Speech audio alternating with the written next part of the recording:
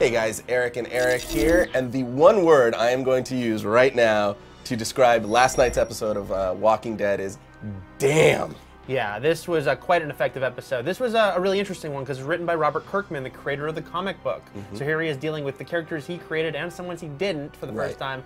Thought he did a great job. The episode really, kind of kept you guessing and took some interesting twists and turns along the way. Yeah, that's what kept me going, was the fact that it would go in one direction, all of a sudden it would twist, and then it would twist again, right when you kind of got comfortable. Yeah. So let's start at the very beginning, though. We have the group that went back to Atlanta in search of Merle. They find that Merle had cut his hand off, and instantly they know that he escaped. He's alive. Yeah, and what I really liked here was that Merle's not in the episode, but there's kind of this cool, following the trail thing going on. It's really interesting how they find the zombies he killed. They saw how he cauterized his wound. Just kind of a fun little sequence there.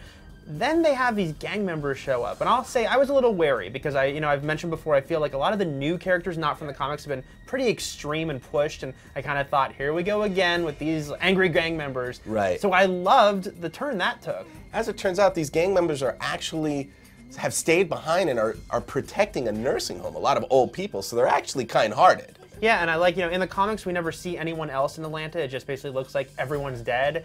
But I thought this made sense. It felt right that there might be little pockets of people, and these people are paranoid themselves and don't know who to trust. So that was really cool. Of course, the big turn came at the end of the episode. There was a zombie attack on the camp, and poor Amy, we barely knew you. Yeah, and a great bait and switch there, only because they're sitting around the campfire and you know something horrible is going to happen. Right. But you think that horrible thing is Merle. Right. They've set it up really well where even though I'd read the comic and I knew that this kind of attack happens at this point, I still thought Merle's going to show up, something horrible is going to happen. So to have it instead then be, oh my God, all these zombies are here was very, exciting and scary. Right. And I got to tell you, the way that Amy does go out is literally right like it is in the comics. So that was kind of cool.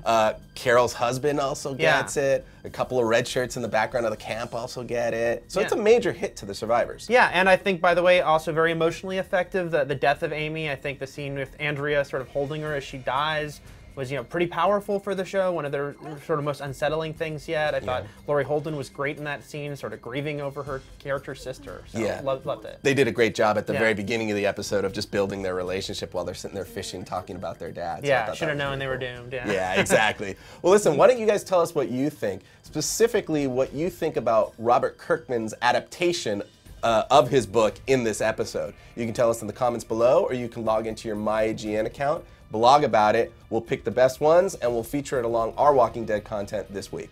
Thanks, guys.